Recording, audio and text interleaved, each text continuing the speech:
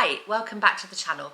My name's Rebecca, I'm 44 years old and I used to suffer from multiple sclerosis, but I no longer experience any of the symptoms since starting the carnivore diet nearly 2 years ago.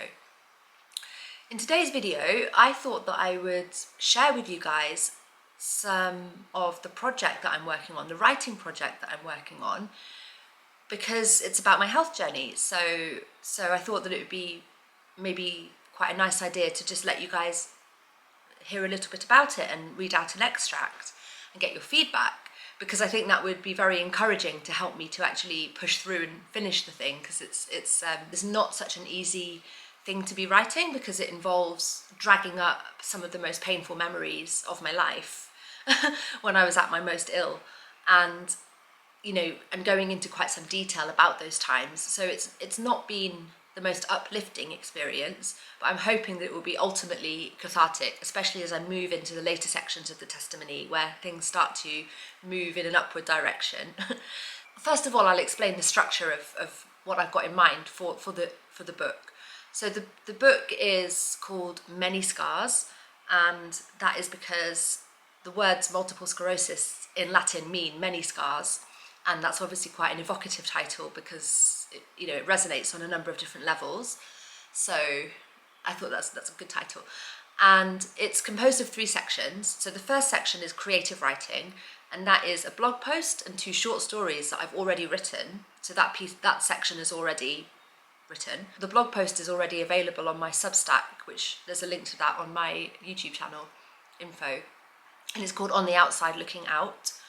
And there's a short story as well, which is on the Substack, called Breakdown. So I'm including both of those because they were written while I was living on a mountaintop in northern Spain, when I still had multiple sclerosis and before I started the carnivore diet. Actually, the blog post was written after I started the carnivore diet, but the short story was written before that. So, and then the second short story I wrote when I was really ill. And it's the only piece of writing I did while I was really ill about my illness, because I found it very hard to write about. I didn't want to write about it. I wanted to write about anything but illness and disability when I was in the pits of it all. But this piece of writing I did do, and it's not published, and it's a protest piece, and it's a little bit controversial, I think. But I personally think it's one of the things I'm most proud of. And so that's included. So that's the creative writing section of the book. The middle section of the book, section 2, is the testimony of my health journey from the onset of the disease through to getting well again. And I'm about halfway through, about 30,000 words through, so it's quite long. And yeah, it's not easy to write, but it is, I think, worthwhile writing it. And that's the bit I'm going to read out an extract from. And then the final section is like a toolkit for healing. So it's sort of essentially the lessons, the major lessons that I've learned on a healing journey, for other people to take that away with them should they be interested.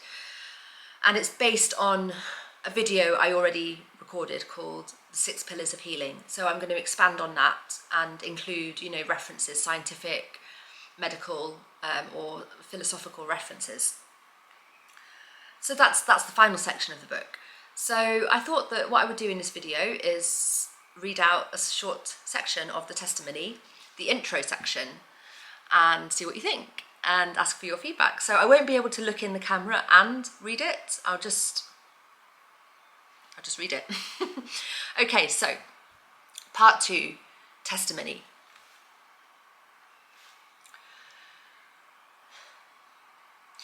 Every thread of your life gets caught up in a chronic illness. From your business as usual activities to your sense of self, your relationships past and present, your vision of the future, and your deepest traumas. Nothing escapes this test, this complete rearrangement of your being and your place in the world. This story ultimately has a happy ending, but it has been a long and steep road lasting nearly a decade. Multiple sclerosis has been my greatest and cruelest teacher. It forced lessons I did not want to learn, destroyed fantasies I clung to, leaving me asking again and again, why is this happening? I do not consider myself special. Just another human being walking this planet for a moment in time, who once had all the dreams and aspirations of youth, but was catapulted into the limitations of old age before those dreams had a chance to unfold. The magic of my story is that I got my life back, and a chance to build up from ground zero in my 40s, against all the odds, and contrary to everything my neurologist told me. That is why this story is worth sharing, in the humble hope that in it, others may find inspiration to do the same.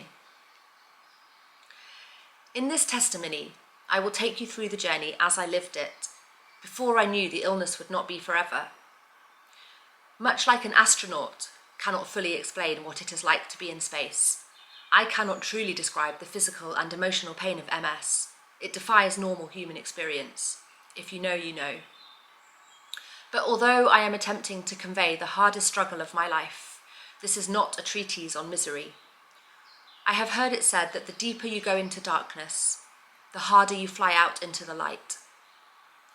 This struggle with MS has led me to places I could never have imagined at the beginning, when I was desperate to hold on to the person I was and the life I was living.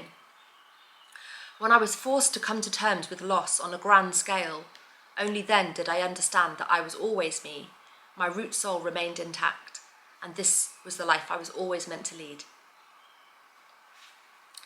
So that's the introduction. So let me know what you think. Do you think this is a worthy project? Do you think there might be an audience for it?